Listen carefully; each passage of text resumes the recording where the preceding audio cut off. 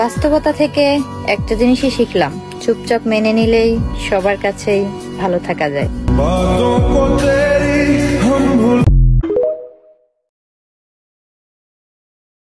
যদি বারে বারে বাপের বাড়ি মনটা ছুটে যায়, তবু নেই তো উপায়, মেয়েরা বড় অসহায়।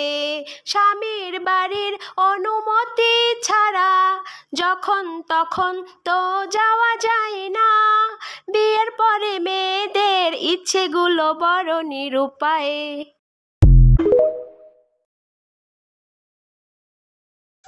কোনো বিবাহিত মহিলা কখনো কোনো ছেলের সৌন্দর্য বা তার চাহিদার পেছনে দৌড়ায় না।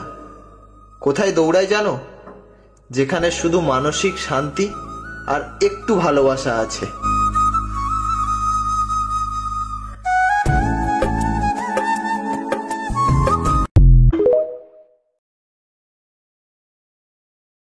বিবাহিত মেয়েদের কেউই আসলে ভালোবাসে না, কিছুটা টাইম পাস আর কিছুটা অভিনয়।